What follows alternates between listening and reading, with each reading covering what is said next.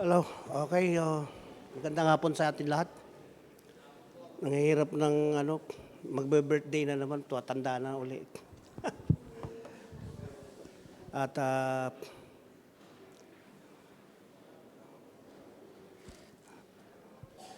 mukhang wala yung kinakatakutan dito. Kasi pag wala, kunti lang madalo. Pag dumarating, dumadami, di ba? Parang muninipis kasi abot hanggang doon pag nandito si Apostle Paul. Nasa campus siya ngayon. Kaya tayo mananalangin muna tayo para gabayan tayo ng panalangin. Baka kung saan tayo mapunta na usapan. So dakilang Diyos amang banal, kami po ay muli lumalapit po sa inyong banal na dulang upang kami po ay inyong gabayan, samahan. O God the Holy Spirit, bigyan mo po ako ng wisdom, higit pangunawa. Gamitin mo po ako, ang hindi ako yung makita kundi kayo. Instrumento lang po at upang maipahayag ang inyong nais sa iglesyang ito. Dakilang Diyos, salamat sa inyong ipinagloob sa aming oras at patawarin mo po kami sa aming mga pagkukulang, kasalanan sa inyo upang maging karapat-dapat po kami na maglingkod, pumuri sa iyong pangalan. Sa pangalan ng aming Panginoong Hesukristo na aming tagapagligtas ay aming panalangin ng lahat ng ito. Amen. Tayo po ay pwedeng bumasa muna, dito sa part ng ating pag-uusap ngayon. Maikli lang ito. Hindi naman masyado kasi nakasulat lang sa hymnal. Kapag nakasulat sa notebook ay mag-pray na kayo ng Ave Maria kasi matatagalan. Kaya maikli lang po. So sa Philippians 4,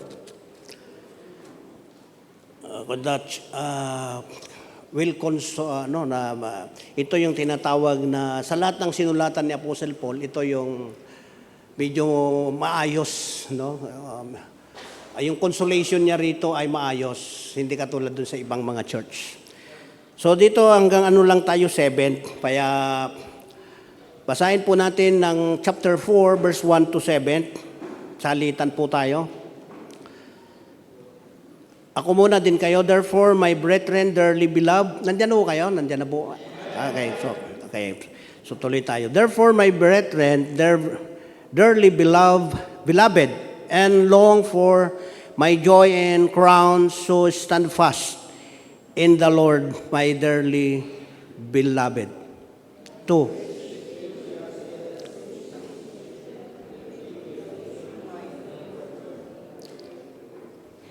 And I entreat thee also through Yokefellow, help those women which labored with me in the gospel, with Clement also, and with other my fellow laborers, whose names are in the book of life.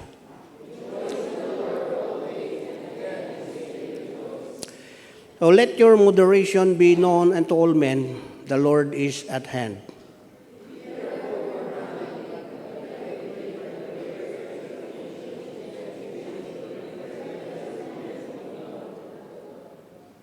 Okay, so doon tayo sa 7, sabay-sabay. Ready, read.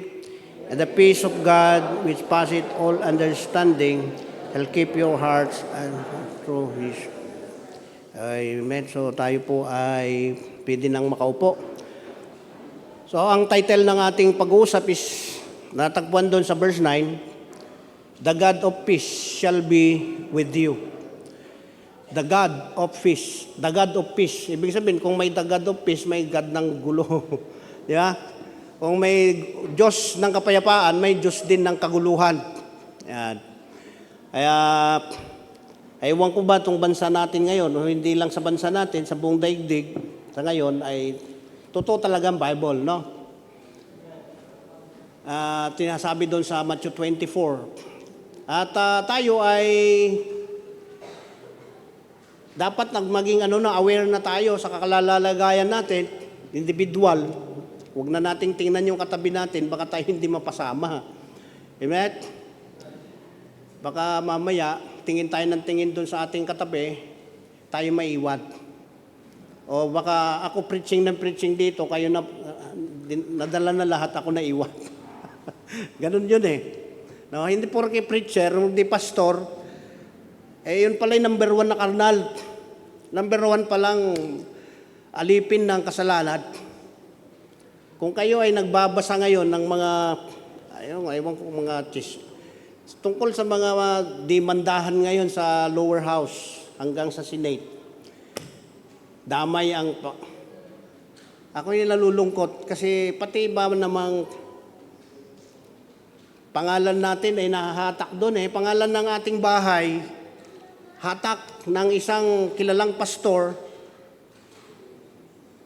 Ang problema kasi nasa high calling na siya, pumunta pa sa basahan eh. Kaya bulok ang kasama mo, bubulok ka din eh. Di ba? Mahirap pa naman minsan pagka ako'y pumuporma na sinasabi nila eh, parang kawig ko ro. parang kurap din ako eh, no? Parang scammer, no? Nakalagay doon sa ano eh, araw-araw eh, pinupulutan. No? Pinupulutan yung kanyang pangalan. At binabanggit pa yung pagka-bishop, yung kanyang... Buti hindi, ewan ko kung mayroong parte na binanggit yung Baptist Church. Wala naman. Okay lang banggitin yung Ecclesia kasi bihira namang ginagamit ng Baptist yun eh. Huwag lang banggitin yung Baptist. Hello? Nakakalungkot. At nung ako nga nagkaroon ng devotion about the Good Shepherd, ay pinahagingan ko ng konti, pero hindi ko naman ganong pinalawig yung tungkol doon. Ako ay nalulungkot lang dahil kapangalan natin,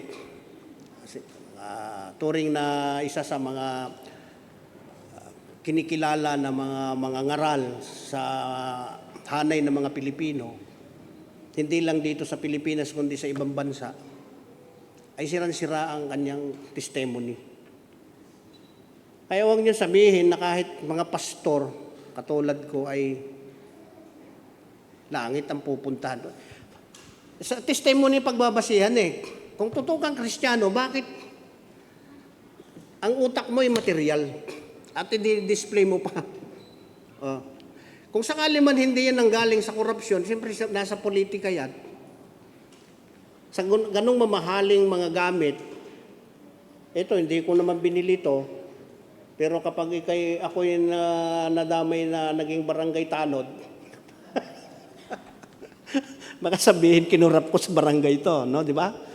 Ay buti na lang, hindi ako nagbabarangay. Nung ako'y, sabi nila na kandidato daw akong presidente ng homeowner, sabi ko wag na, pastor na ako eh. Pag nagpresidente pa ako, yung makakalabang ko, hindi ko na makakausap na matino yun, saka yung mga ayaw sa akin. Di ba? Paano kung hindi ako manalo, di masama pa loob ko. Di ba? Okay, so, kung tayo pastor, magpastor na lang. Huwag na tayong makialam dun sa mga bagay na hindi naman nararapat. No? Kasi pag nasa ka talaga, politika, hindi pwedeng hindi ka mabahiran ng kalkalin ng buhay mo. Kalubloban ng bituka mo, ilalabas nila. Kaya yan mga may plano rito na magpolitiko. Kung gusto mo yung medyo mataas ang katungkulan mo, edi mag-military ka na lang. Gayahin mo si Pastor Alex. Si Colonel Espinido, kaso lang hindi nakalusot. Napasama rin siya sa kahit na nagpipreach siya sa military, ay sa pulis, dahil may pinapanigad, napasali pa rin sa inimbestagahan. Kaya yung paghangad na authority ay dito sa lupa o saan man. Kung yun ang motibo natin, maghangad ng authority, motivation yan ni Satanas eh. Naglingkod na lang tayo, servant. With Jesus Christ nga eh, anak ng Diyos. nagpakababa, naglingkod sa atin. Niligtas niya tayo na alikabok lang. Kung titingnan natin ng ating sarili sa buong universe, si Jesus Christ na creator of all things, hindi niya create yung universe, sa loob siya na universe. Kasi kasama siya sa creature eh. Di ba? Kapag sa loob siya ng universe. Create niya yung universe, nasa labas siya na universe. Hello? Hindi siya saklaw ng kalawakan. Yan. Kung i-compare tayo sa kalawakan sa ano man mga nakikita natin dyan, o ano man yung sinasabi sa science, alabok, kung tayo alabok, baka hindi pa nga alabok eh, alikabok. Alikabok. Nakita mo yung alikabok, pag natuyo, hiwalay sila uli.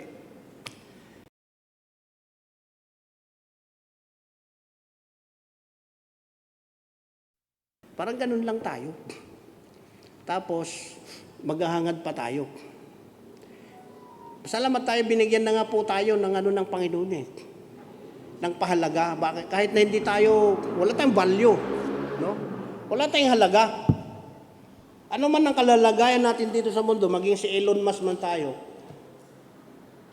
o Bill Gates, o yung mga sikat nung araw, si Rockefeller, nung panahon namin, ay mga labok pa din yan. Lalo na tayo. Di ba? So dito sa ating pag-aaral, sabi ni Apostle Paul, doon sa verse 1, about stand fast. Therefore, my brethren, sabi sa verse 1, dearly beloved, and long for my joy in crown. So, stand fast in the Lord. Stand fast in the Lord, my dearly beloved. Ano ibig sabihin na stand fast?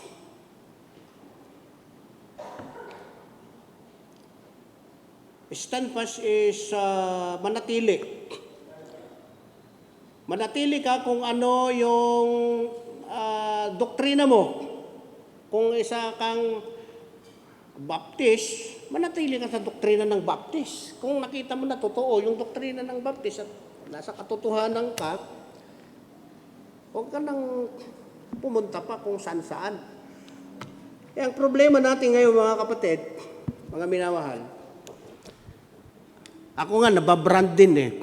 Kasi sa dami ng grupo ngayon ng mga Baptist, dito na lang sa Cavite, kasi ang kilala nyo lang siguro, yung PBAP, at saka yung LPG. Ang alam kong LPG, yung kalan eh. Tapos mayroon pang mga ibang grupo dyan. Maraming grupo po dito sa Cavite. Tapos maliban doon sa mga grupo-grupo na yan, may kanya-kanyang tinatayo ang doktrina about salvation. Salvation pa lang. Hindi na po nagkakasundo. Basic doctrine. Kung paano maligtas. Mayroong mga dating mga kasama natin dito, ngayon nasa kabila na. Dahil sa tingin niya ngayon, nung dati niya kinalalagyan, mali na yung pagtingin, pagbasa, yung hermeneutics niya na natutunan.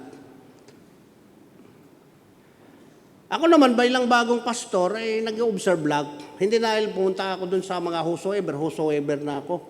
Hindi porke pumunta ako doon sa mga electionist na din ako.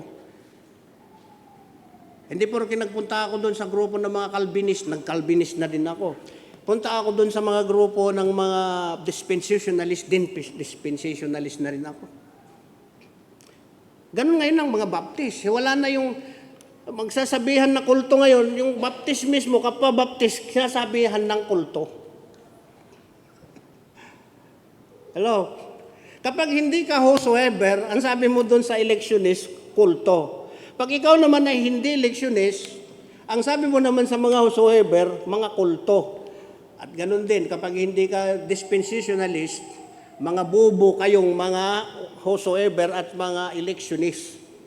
Kasi iba-iba ang salvation sa bawat panahon. Ganun naman sila. Saan ka ngayon?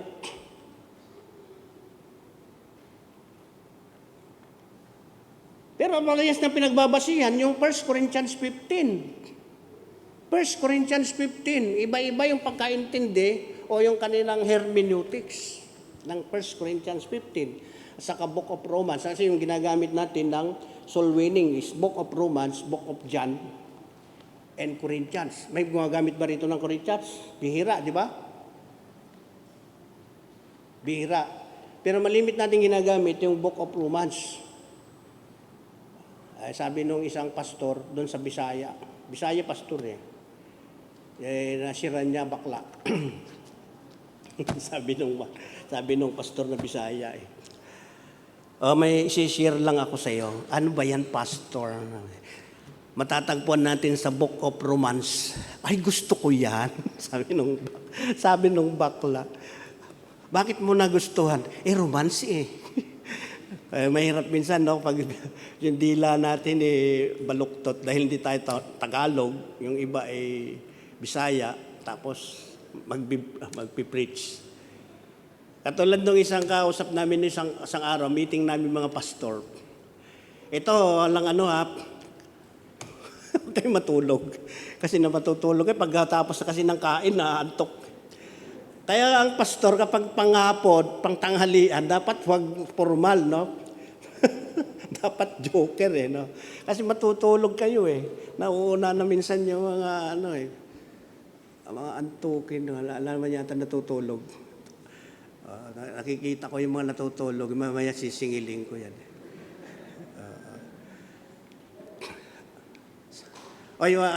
Paalala lang, hindi bastos po ito, kasi Ilocano ako. Mayroon bang Ilocano dyan? Wala. Walang Ilocano, di ba? So, walang magpapaliwanag, walang mag-i-interpret sa inyo. Ako din. Ano sa Ilocano ang sitaw? Di ba masama ang pakinggan sa Tagalog? Sa Tagalog yun, utong. Sa Ilocano, sitaw yun. Kapag Ilocano kausap mo at sinabi yun, masasampal mo, di ba? O ano sa Ilocano yung ipatola? Palakas-lakasan niya. May nakakaalam ba? Yung patola? Wala naman Ilocano sa inyo. Ako lang din. Ang Ilocano ng patola, kabatete. O di bastos uli pagdating sa Ilocano. Kaya, kapag yung mga Ilocano nag-preach sa inyo at nalimutan sabihin kung ano yung ulam niya, bastos naman to pastor na to.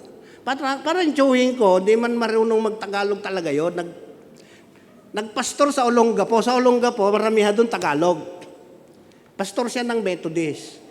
Di unang araw niya, di ang lakas ng loob, siyempre, medyo pakilala, ganito. Medyo, gano'n. Tapos dumating na doon sa, yung pananalangin sila. Hindi niya maalala yung bigyan mo ng kalakasan, Panginoon, ng mga mananampalatayang ito. Siyempre, hindi niya maalala yung lakas yung kalakasan. Ang sinabi niya, Panginoon, bigyan mo sila ng, di tumigil siya, pigsa. Ngayon, pigsa kasi yung kalakasan sa Tagalog, pigsa sa Ilocano. Sabi ng mga miyembro niya, sa kanya na lang, Panginoon, wag na lang sa amin. Sumagot yung miyembro O, di ba? Katawa-tawa. Kaya kaming mga Ilocano, bago humarap sa inyo, dapat aralin muna namin yung mga lingwahe ng Tagalog. Ganon din sa Bisaya. Doon kami, sina Pastor Mande, pumunta ng Burungan, Samar. Matapos mag-preach si Pastor Mande ng tungkol sa To the Jew First, sabi nung isang pastor, Pastor, naglibog ako sa preaching mo. Ano preaching lang? Nalibugan ka na sa Pastor Mande. Yung pala, yung naglibog, nalilito. Nalilito kasi hindi familiar sa kanya yung To the Jew First. Amen ba? Kaya yun yung problema ng isang pastor kahapon, sabi niya, kasi yung subdivision na kanyang mini-ministry, halo-halo tao doon. May Bicolano, may Bisaya, may Tagalog, mayroong At kailangan niya matuto ng mga salita, lingwahe nila para mapalapit siya. Ayun. Kaya problema niya ngayon, yung kanyang pakikitungo. Yan. So balik tayo dun sa topic natin, number 1 is steadfast. Tayo manatili tayo. Ano man ang mga doktrina natin na mga obserban natin kung biblical o hindi. Ako hindi naman ako judgmental, no? Kapag sinabi ng isang pastor ng Baptist, ganito stand niya, inaaral ko. Inaaral ko ng maigi. Baka mamaya ito ay ako ang mali, siya tama. Ano yung historical background nito? Ano, hindi tayo dapat allegorical. Hindi dapat natin ini-interpret ang Bible allegorically, kundi ini-interpret natin ang Bible historical and literal. Amen? Kaya dito sa ating mga pag-aaral na ito, sa Apostle Paul, may mga sinusulat siya minsan na minsan hindi natin maintindihan. Lahat ba na sinulat ni Apostle Paul na intindihan niyo bilang mga pastor din, kung may mga na-encounter niyo lahat ng sulat ni Apostle Paul? Di ba? Hindi lahat. Hindi lahat. Kahit yung mga sinasabi ng ating Panginoon doon sa Matthew 23, may na-encounter ako doon na hindi ko talaga naiintindihan nang hindi ko aralin talaga. Doon tungkol doon sa blasphemy of the Holy Spirit. No, bago niya sinabi yung blasphemy of the Holy Ghost. Yan. Sa chapter 12 yun.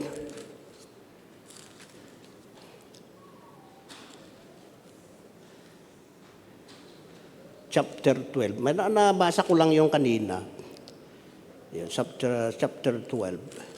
Si Jesus Christ, pula yung kasi itong aking Bible ay wala siyang red letter. Yung ibang pastor ng Baptist, pag walang red letter, peke yung Bible mo. Meron din ganun. At saka yung wala yung tawag doon, yung italic. Pag wala yung italic, peke din yung Bible mo. May mga ganung mga pastor na Baptist.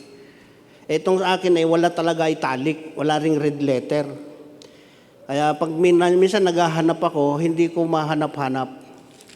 Yan.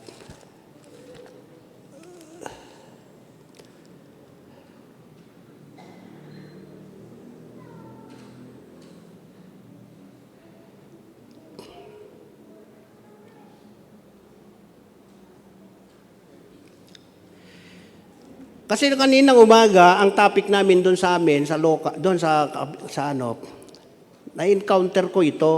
Ayan, nakita ko na.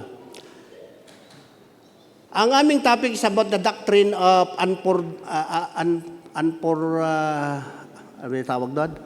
unforgiven, yung unpardonable sin. Unpardonable sin. Unpardonable sin, hindi mo matatagpuan yung word na unpardonable sin sa Biblia. Pero may binabanggit siya dito na yung unforgiven, ano may binanggit dyan? Walang kapatawarang kasalanan.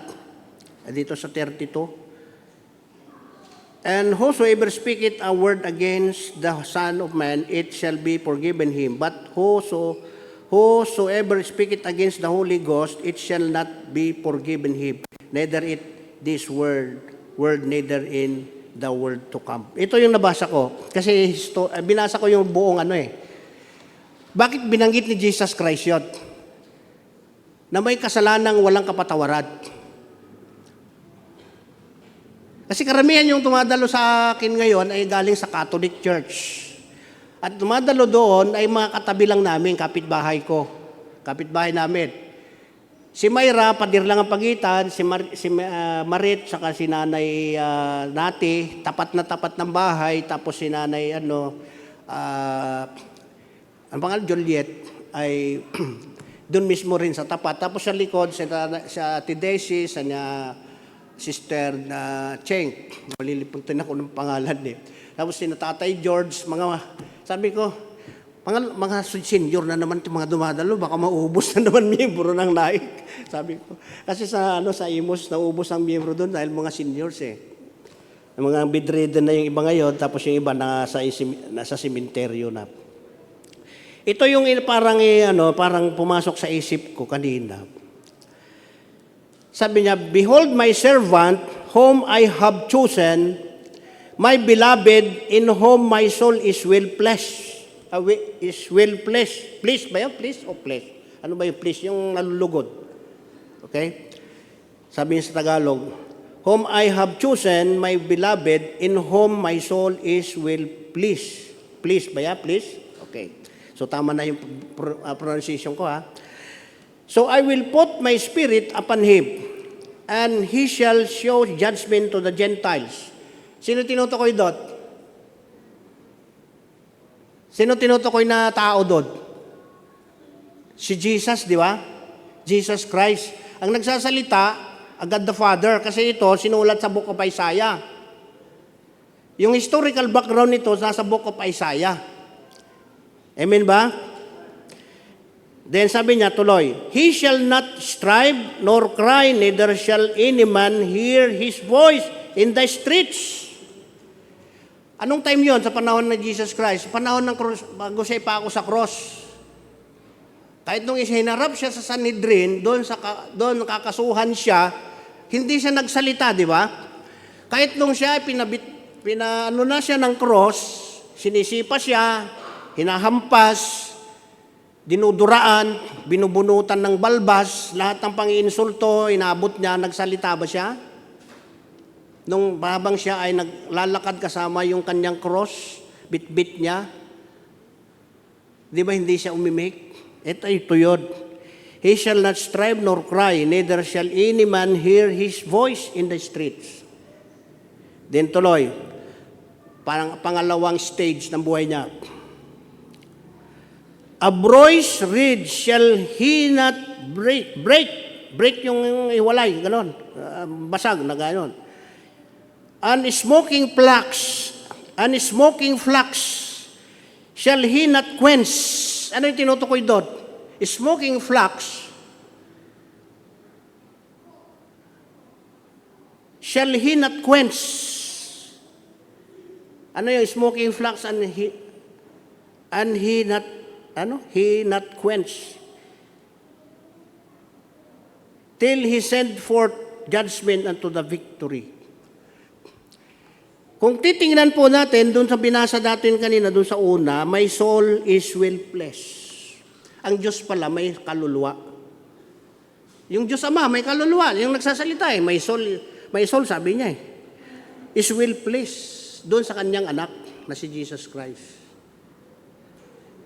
Ang Ama hindi nalulugod sa atin, nalulugod siya sa kanyang anak. Kaya nga siyang ginawang para matanggap niya yung kabayaran ng kasalanan natin, dapat may magbayad na tanggap niya. Kasi tayo hindi tanggap Hindi tanggap ng Ama yung pagkatao natin. So kailangan mayroong isang tao, katawang tao, o na anak ng Diyos, walang bahid ng kasalanan, na mayroong body, soul, and spirit. Hindi po ba? At maring ito ay tinuturo din, Apostle Paul, sa mga taga-Philippians. Kung palalawigin natin, susuriin, muni-muniin, scrutinize, o kung ano-ano pa, para maging tama yung ating doktrina. Di ba? Ay ukil-kilin mo na maigi, baka mamaya mali na yung ating ini-stand, tinatayuan, di ba? Kaya napakaraming mga baptist ngayon na sila mismo ay pag nagkita-kita, nagkakaroon na argumento o kaya struggle, no? Dahil, o kaya hindi na, nag-iiwasan na lang. Katulad nung isang mayroon ako dinaluhan na isang mission conference. Sabi sa akin, nung makita ako dito, nakita-kita, nandun ka sa mga Calvinist. Sabi sa akin, ano ba ginagawa mo doon? Kasama mo pa pamilya mo. Sabi sa akin ng isang pastor. Sabi ko, baptist ba yung mga yun? Oo. Bakit ko sila awayin? Hindi ko naman, sinabi pupunta ako ron, na kung sakali mali yung kanilang ini-stand, sasamahan ko sila. Meron naman akong isip meron naman akong sariling di ba? Doktrina na pwedeng gamitin ko. Mayroon akong tools of analysis na itinuro sa akin na minana ko sa mga nagturo para gamitin ko para may analyze kung ano yung sinasabi nun. At hindi ako bumabase lang doon sa itinuro sa akin, kundi dapat din akong mag-search scripturally, biblically. So what is this voice read? Shall he not break, and smoking flax, shall he not quench? O sinong pwedeng tumayo rito at sabihin ano alam niya yon? Kahit sa mga kapwa ko mga ngaral. Meron ba? Kung ano ibig sabihin ni Jesus Christ doon? O ano ibig sabihin ni Prophet Isaiah? So gagamit pa tayo ng mga book Henry Emma Henry. Yun yung mga pinagbabasehan ng mga mga natin, no? Wilmington, George Washington, yung malimit na, yung Bible ni Pastor, nandito, Pastor, nakita ko kanina eh. Pastor Jackson, wala na, umuwi na. Yung Bible niya, yung Thompson, di ba? Thompson, ayan. Tayo sa mga Thompson, gano'n. Ano ba to?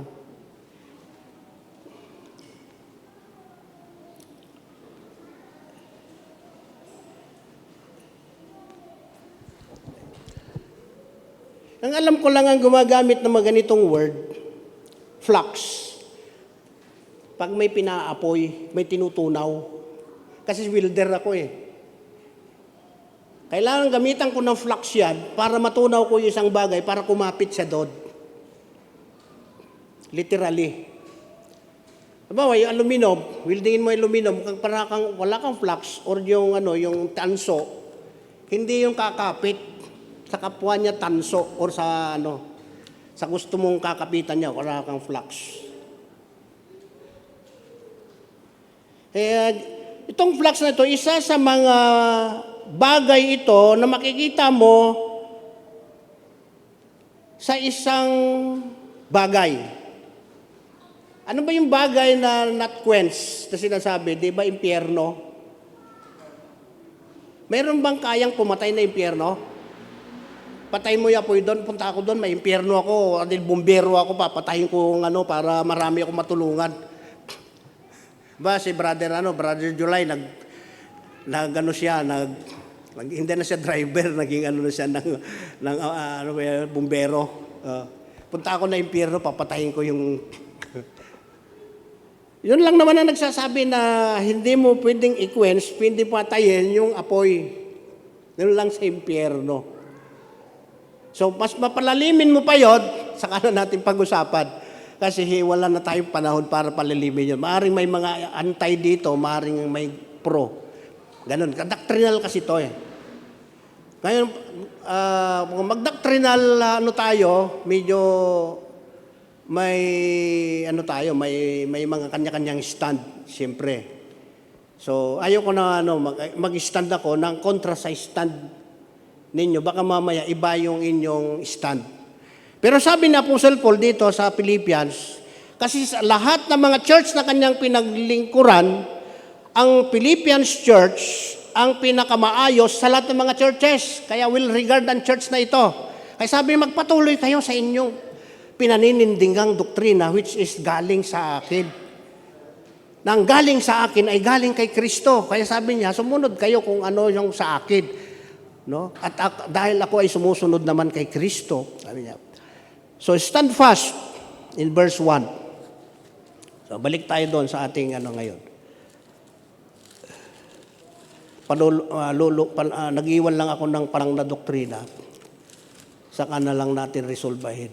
Philippians 4. Then sa verse 2, be of the same mind. Ano yung sabi niya rito? I beseech you, Dias, and beseech Syntyche, that they be of the same mind in the Lord. O kahit ang church ay maayos, mayroon pa din po problema. May contradiction pa din, minsan. Nakatulad ng aking church na pinaglingkuran doon sa Imos, bagaman ako yung doon, pioneering, problema pa din. Kasi mayroong isang teacher doon, namatay kailan lang, na inilibing namin, sinunog na yung kanyang bangkay. At yung mayroong, hindi pa namamatay itong isa, yun yung mayaman, at nag-away sa loob ng church, hindi magkasundo. Sa loob po ng church, ng beginning at Jerusalem Baptist Church. Itinim po nila na wala ako. Nandyan yung murahan. Siyempre, ano bang mura na karaniwan ng mga unbeliever? Di ba, alam nyo na yun kung ano yung mga murahan na yun. Oo. Mga ano yun, mga nabaptize na, nabautismo nito mga to. So doon nagsimula, nagkaroon ng lamat yung church sa Ibos. Kanya-kanyang hatak hanggang sa linggo namin service. Dahil yung umattend, yung isa, naghatak ng kanyang kakampi. Nung pangalawang linggo, hindi nagsimba yung naman isa, naghatak naman ng kanyang kakampi. So sabi ko, uupa na lang ako ng isang bahay na para walang kasi yung may pinagdadawsan noon, bahay nung isa. Dahil siya yung maluwag ang kanyang lote, maluwag ang bahay niya, doon kami nagdadaos. Problema nung nangailangan sila kailangan na nila yung lugar, pinalis na tayo. Kaya mahirap minsan yung wala kang pinagtitipunan. Kasi so sinabi, Pastor, kailangan na namin, umalis na kayo. Alis talaga tayo. O kaya, Pastor, may service tayo, linggo-linggo sa bahay nila. Tapos sasabihin, hindi pwede tayo ngayon mag-service, Pastor, kasi may darating akong bisita. Di ba sila masusunod? Pastor, wala tayong service. Isasara namin ang bahay namin. Ay, minsan mahirap yung wala kang sariling gathering place bigla doon kayo magsisimba na lang sa silong ng mangga, gano'n. Doon sa medyo, yung walang makikialam. Kaya gano'n ang kalagayan namin sa Imos. Nung nawala na kami, wala na inuupahan, doon kami sa may bahay ng isang hindi pa nagpapabaptize. At open naman siya, doon kami nagdadaos. Malapit sa clubhouse. Ang ginawa naman ng clubhouse, sinara yung clubhouse. Doon kami sa loob ng doon sa mismong bahay nung ayan si Marivic. Okay. At nung ibinenta naman niya ay pinaupahan niya ng iba yung bahay, wala na naman kaming gathering place. Kaya yung mga Imos na tiwangwang. Tapos sila ngayon naghanap sa tagal minsan na hindi ako nakakapasyal dahil ang layo namin sa Naik. Nagsimba yung iba sa ibang simbahan. Yung iba nagpentekostal na. Yung mga gusto, yung nagre-request noon ng masayang pananambahan, nagpentekostal na sila. Ay yung Imos medyo magulo na ngayon. Ayaw kasi magpastor si July doon sa saksak. Ayan.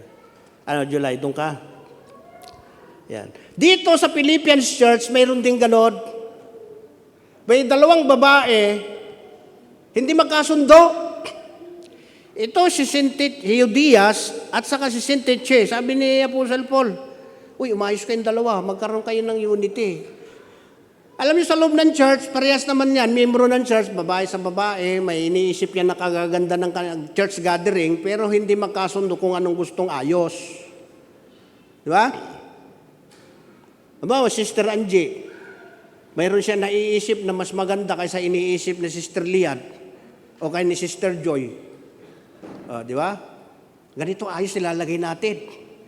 Kailangan may mga bulaklak dyan. Dito ay mayroon ding mga ganun, bulaklak. Ganitong kulay ng kurtina natin. Ganyan, dilaw, ganyan. Hindi, ayaw ko ng dilaw, sabi nung isa.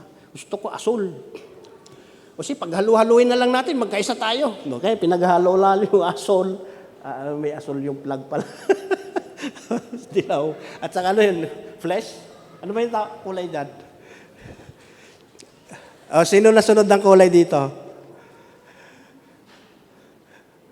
Si July walang alam Siya leader na young people. Doon sa Philippians Church, may ganun po.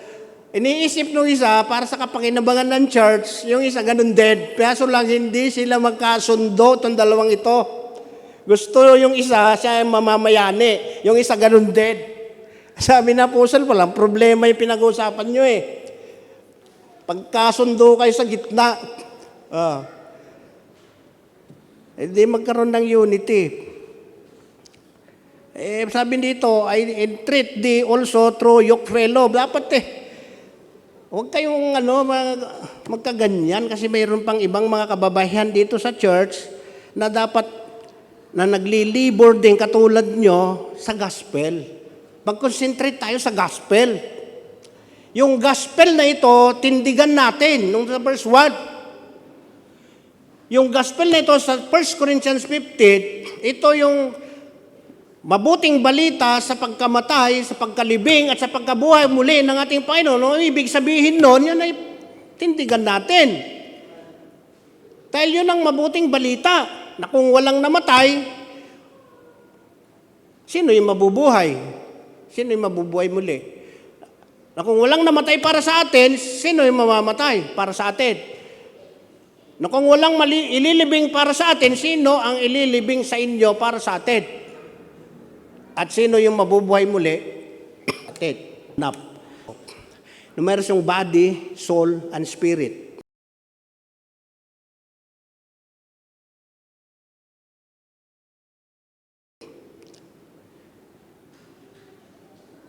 Eh kung yung ama may kaluluwa, yung pang-anak walang kaluluwa. Yeah? Yung may tanong sa akin Pastor, pinaninindigan mo ba yung doktrina na mong yan? Oo naman. Si Jesus Christ, yung kaluluwa niya, hindi kasama sa libingan ng katawan. Kasi sinabi ng Bible, hindi kasali. Saan nagpunta yung kaluluwa nung siya mamatay? Saan? O tanong na lang, clue. Di ba dala-dala niya yung kasalanan natin? At sino ang magtawa mong kaluluwa? Tanong sa inyo. Kaluluwa ba yung usapin? O pangkatawang lupa? Itong flesh. Hindi, di ba? Ang sinasabi natin, kailangan mo ng kaligtasan ng iyong kaluluwa. Nung binili tayo ng ating Panginoon, pangkaluluwa, binayaran ba niya yung ating kasalanan, pangkaluluwa, doon lang sa libingan, doon sa 6 feet o doon sa yungib na yon. Kapag binanggit ng Bible sa heart of the earth, kung babasahin natin yung kanina, naghahangad yung mga parisiyo ng palatandaan kay Jesus Christ. Si Jonas binanggit na 3 days and 3 nights. 3 days and 3 nights. The earth. Yun ba yung lagayan ng mga simenteryo? Mga nicho? Yung mga ihukay mo dun sa lupa na 6 feet below ground? Heart of the earth ba yun? Hindi yun ang heart of the earth. Kung ang Panginoon, sinabi doon sa Ephesians 4, nandun din, binabanggit yun, ang Panginoon nagpunta na impyerno. Pero hindi ko niya sasabing na siya na impyerno. Nagpunta doon. Bakit siya nagpunta? Kasi dala niya yung mga kasalanan natin, kailangan dalhin niya yung mga kasalanan na yun, yung kanyang mga iniligtas, yung sa impyerno. Kasi ang kabayaran ng kasalanan, kamatayan. Saan? Sa impyerno, di ba? Hindi naman doon sa kamatayan, doon sa libingan lang doon Hello? Kaya kailangan yung mga kasalanan na kasi si Jesus Christ, binili tayo Ano binili niya sa atin? Yung pagiging rapist natin, kung rapist ka. Yung pagiging magnanakaw mo, kung magnanakaw ka. Yung pagiging kurap mo, kung kurap ka. Yung pagiging babaero mo, kung babaero ka. Yung pagiging lasinggo ka. Lahat ng kasalanan natin nasa Kanya, dala-dala niya yun. Ayaw ng Ama yun. Ayaw ng Ama. Doktrina ba yun o hindi doktrina? Dapat tayo madoktrina ng tama, hindi kung ano na lang doktrina. Kasi minsan nagpapatanggap tayo sa mga tao Nung tanggapin mo si Jesus, mula ngayon hindi ka napupunta ng impyerno. Kasi ang makasalanan, sabi doon sa Romans 6:23, ang kabayaran ng kasalanan ay kamatayan. Kapag ikay namatay ngayon sa impyerno ka pupunta. Tinatakot natin yung tao, di ba? Para tumanggap. Patapos doon, hindi mo na binalikan. Hindi mo na binalikan. Kasi ang sinasabi dito ni Apostle Paul sa mga taga-Philippians, manindigan. Ano yung paninindigan mo rito? Doktrina. Kung hindi malinaw sa yung doktrina, anong paninindigan mo? Wala ka lang malinaw na doktrina. Ay nagpaparami ka lang ng miyembro sa church, sakit pa ng ulo yung pinaparami mo. Dahil walang doktrina. Mga kabataan, immoral. Sinasabing huwag mag-girlfriend ng mga tagalabas, nag-girlfriend ng tagalabas. Di ba? Sinasabing huwag magsama pag hindi kasal, nagsasamang hindi kasal. Sinasabing huwag bubuntisin yung hindi mo asawa, binubuntis hindi niya asawa. Paano mo magiging asawa? Pakasalan mo muna. Ang problema, worker ka na ng church, inalagaan ka ng devotion hanggang sa lumaki ka, parang aywan ko kung tumalab yung mga aral. Kasi anak ko ganun din eh. Minsan pagkausap ko siya, ikaw ba talaga ligtas? Ikaw ba talaga pinili ka ba talaga ng Diyos? Minsan ganun na ako eh. O ikaw ay reprobate. Ikaw ay ano tawag? Pagtataka, bakit lumaki sa loob ng church, iba ang kanyang pamumuhay. Parang hindi tumatalab yung mga aral. Linggo-linggo tinuturo, pero walang katalab-talab. Di ba maasar ka? Tapos magpapakasal, aasarin ka pa. Saan magpapakasal? Sa huwes. Sino magkakasal? Babae. Yung huwes na babae. Kaming mga pastor nung dumalo nung kasal niya, parang sabi ko, mag-walk out na. Kaso lang, medyo, siyempre, nag-hunos dili na lang ko, makasal na lang eh. Pasaway eh.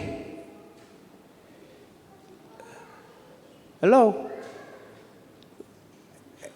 Kung tayo ay hindi tayo maliligtas sa law, dapat tayo mga ligtas sumunod sa law. Kasi kaayusan natin ng mga Kristiyano yung law. The law of Moses. The law. Kasi kung susunod tayo doon, magiging maayos buhay natin eh. Hindi naman tayo maliligtas sa law. Sabi nga ng Panginoon, di ba? Maliligtas tayo through Jesus Christ lang. Pero dapat lang tayo sumunod sa batas ng Diyos. Sasabihin natin, ligtas naman tayo eh. Kahit anong kapaggagawa ko, kahit magkurap ako, punta naman ako langit. Ganun ba yun? Parang sinasabi natin, maging ganun na tayo lahat. Ba't pa tayo naging baptist kung ganun na lang din naman tayo? At sinasabi natin, ang baptist ang pinaka-stricto sa lahat ng mga relihiyon sa buong mundo.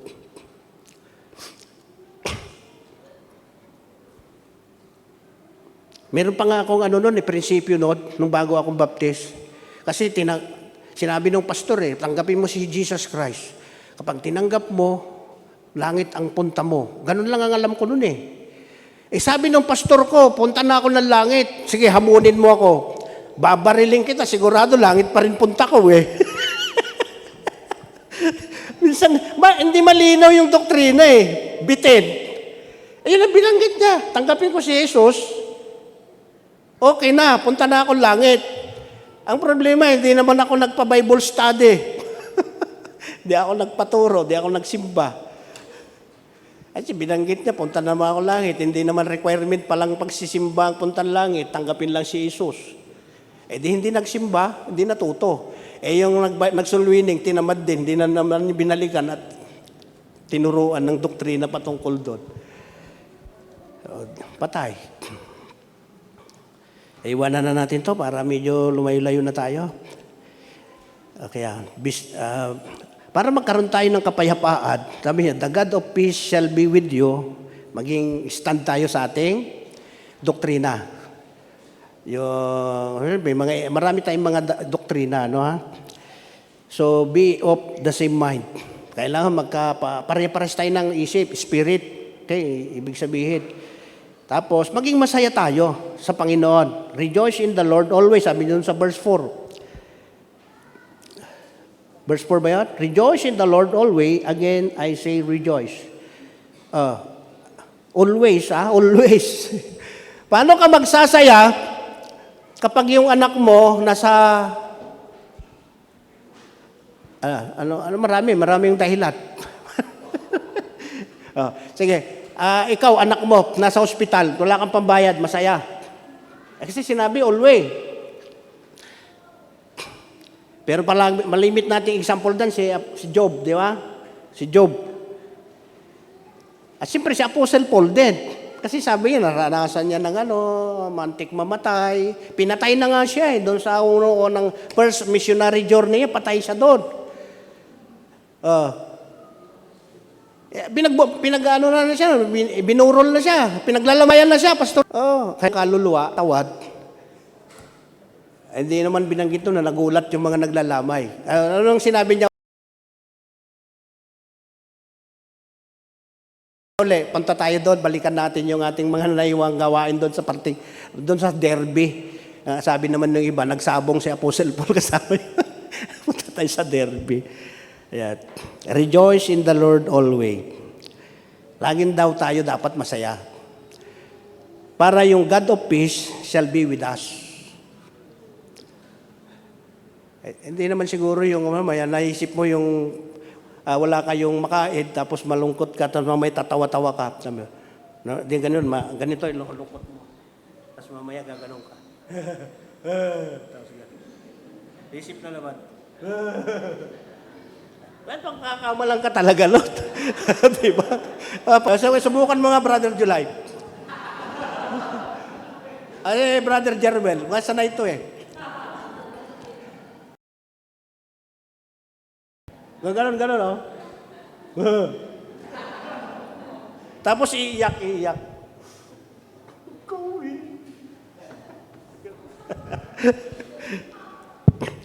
Iiyak.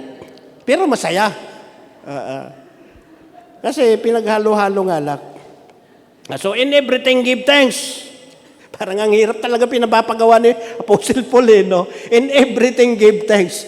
Alam naman yan ng tao, may problema, may minsan wala. Pag may pera, no problem. Pag wala, problema.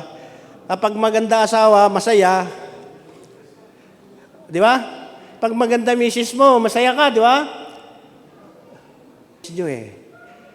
Kasi tagising mo sa umaga, gano'n, gusot-gusot. Parang bruha na yung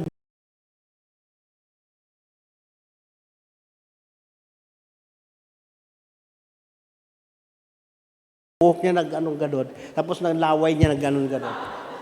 Tapos pagising, nakatapat pa yung mukha niya sa'yo. Pag mulat mo, pero maganda pa din. Di ba? Maganda pa rin ang mukha niya.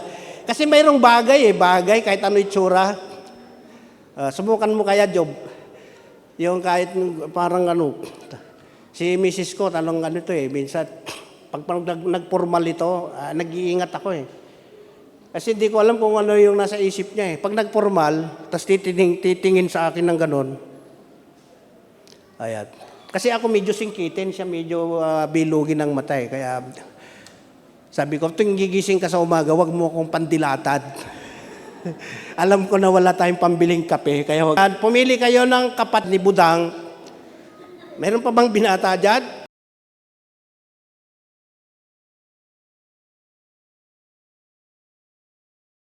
Taas nga kamay. Uy, marami dito. Yung mga napaglilipasan dyan, malapit nang matapos sa kalendaryo, piliin nyo na kasi piliin nyo na sila. Nakakasiguro na kayo na nasaan na kayo mabuting kalagayan. Kaya sabi nga ni Ma'am Ling kanina, kahit na medyo mas bata ng konti yung lalaki, basta mananampalataya, hindi palataya. Puro taya. Basta mananampalataya, hindi palataya. Yan. Yung usapan namin kung sa kantin ni Ma'am Ling kanina Kasi tinatanong niya kung may pera. Yung anak ko nasa Dubai. Sabi ko, ewan ko kasi parang nanliligaw yata si July, sabi ko.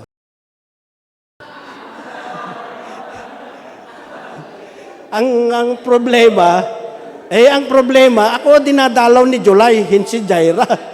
Parang si July yata nagkakagusto sa akin. Kaya sabi ko kay July, magpaalam muna sa kay Juby. Para matuloy na yung aming pagsasama. Ayun. Nagising na yung mga tulog. Gusto niya ganung usapan no? Okay, in everything give thanks. Yan. Minsan na binibiro ko na nga yung anak ko Ikaw ba, Jaira, ay tunay na babae? Ano kaya sa LGBT? Ang pagtalikod ko, miyembro ka nun, magpahalata. Di ba? May mga ganun no? Ay magpahalata at saka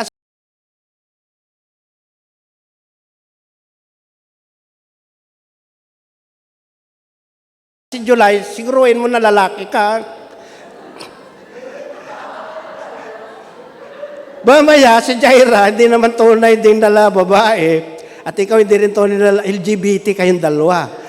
Patay na. Saan pupunta Saan pupunta yung LGBT? Saan? Pagkatapos ng buhay na to. Ha? Judgmental ka sa impyerno daw. Hindi porke LGBT, punta na ng impyerno. Blasphemy daw Holy Spirit ba yun? Kasi lahat ng kasalanan may kapatawaran Kung LGBT ka, miyembro ka, magsisi ka. Para mapunta ka ng langit. Magsisi ka. Pagsisihan mo pagiging LGBT mo. Pero siguruhin mo, baka si Buddha. O kaya si ayan.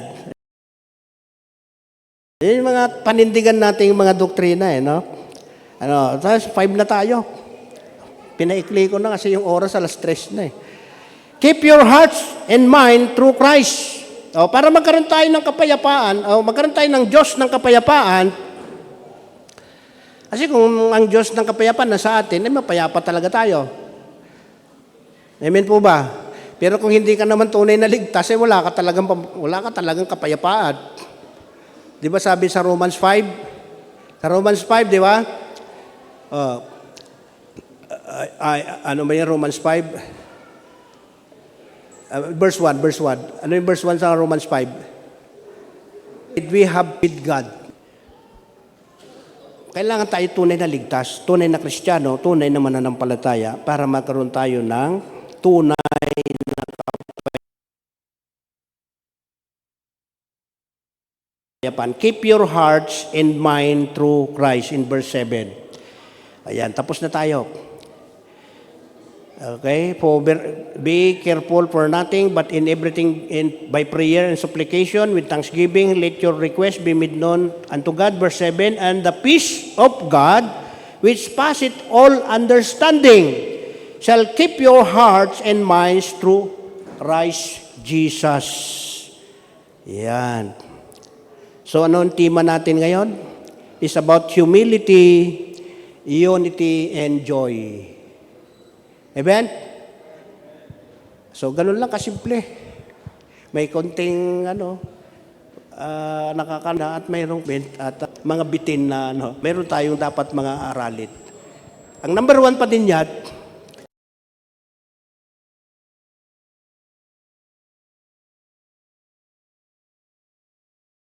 kung ano man itinuturo sa atin ng mga nag-preach dito, na mayroong kakaiba, nag-preach ng about prophecy, which is preterist, ay alamin nyo, baka mamaya. Kasi may mga baptist na preterist. May mga baptist na, marami yung tinasabi doon, so, tungkol sa rapture, mayroong ano ba yan, tawag doon? Pre-tribulation period, mid-trib, kung ano yung biblical, yun na lang natin.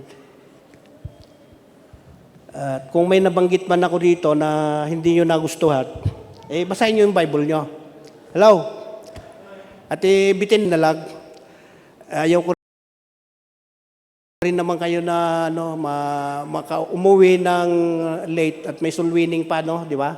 May soul winning pa. Medyo ang style ngayon bago, Alam nyo, magastos yung naisipan nyo, Magluluto si Ma'am Lynn, si Pastor Alex, yung mga workers dito para sa tanghalian. Ginawa namin yan, doon sa Imos. Ubos ang budget namin, Ubos talaga, Tapos may service hapon, yung mga magsiservice hapon, pagtingin ko, ayun na lang, pamilya ko, na umuwi na yung mga kumain. Tapos yung offering nila, binili namin ng pagkain. Kaya sunod na linggo, intay uli na offering. Ganun yun. Umuwi sila, tapos pag kayo umuwi, tinamad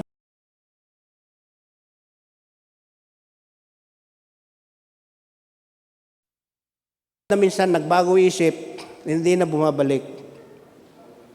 Ang maganda minsan sa soul winning sa hapon, kasi yung mga sinulwining mo sa hapon, dadali mo sa church. Kahit hindi bumalik yung iba, ang daming hatak nung iba. Di ba? Daming hatak. Kaya minsan napupuno dito eh. Pero dahil yung preference nyo, hindi naman pwedeng question din kasi yun yung inyong preference. Hindi pwedeng, ano yan. Kasi yun ang gusto ng management. Sundin lang. Huwag kayong magwelga. Sabihin nyo, andyan na naman si Pastor, dati kasing leader ng KMU eh. Hindi na, pambihira na. Nasa langit na ako, punta pa ako sa impyerno uli. Ang classmates ni ay napatay doon sa Tugigaraw. Sa PUP. PUP, kaprayer niya,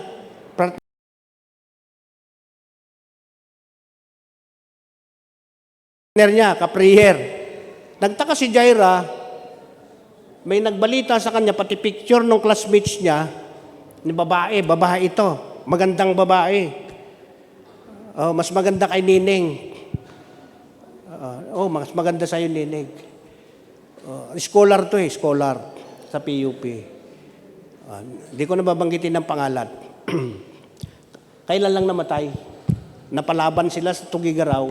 Bata pa yun, siyempre, kaidaran ni Jaira yun. Ang daming nasasayang na buhay ng mga kabataan. Ako din ay muntik din.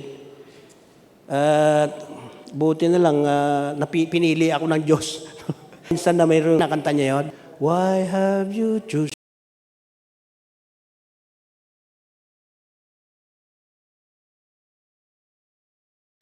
me? Ako po ang pinaka-ungas sa loob ng aming family. Maliban sa ako'y maitim din daw ang budhi ko, sabi ng mga kapatid ko. Ang problema ngayon, ako ang pastor, sila hindi. Yan. Kaya, aywan ko sino na ngayon sa amin ang maitim ang budhi. Kasi tawag sa akin nun 10 kami, 11 kaming magkakapatid, 9 kaming mga lalaki, 3 ang babae. Yan. Ang lugar po namin ay remote area. Umaasa po kami sa ani ng palay at yung mga kinakatay na manok. At minsan, pag medyo wala ng manok, saka yung pusa, hindi biro ko lang kayo. At minsan may initan ng tatay ko, ito totoo ha. Mayroong parang yung sawa, alam niyo yung sawa? Wala kaming ulab. Inadobo ng tatay ko yung sawa. At nabalitaan ng mga classmates ko, ay talagang pikon na ako, napaaway ako sa school dahil sa pagkain ng sawa sabi, apelyido mo, adobo pang sawa. Burdo kasi minsan siya, sabi nila, adobo. Alas ka, napapaaway ako sa apelyido ko namin Kaya maganda yung apelyido mo, yung kalinisan, gano'n. Di ba? Walang masasabi, kalinisan kung gusto ko magpalit sana, kalinisan Kaso lang wala akong makausap. O kaya parang Israelita, no? O kaya Hispano, di ba? Hispano. Parang Espanyol. Yan, ganyan. Pero wala na akong magagawa Nakatanim na sa kasaysayan na abordo yung apelyido ko Hanggang doon lang po at salamat po sa inyong pagtsatsagang nakinig sa mga walang kwenta kong pinagsasabi. Ay dahil sa Panginoon, pakapurihan sa Diyos pala. Sorry Lord. Sorry pa. tayo manalangin. Naging katoliko tuloy ako sa inyo Say tayo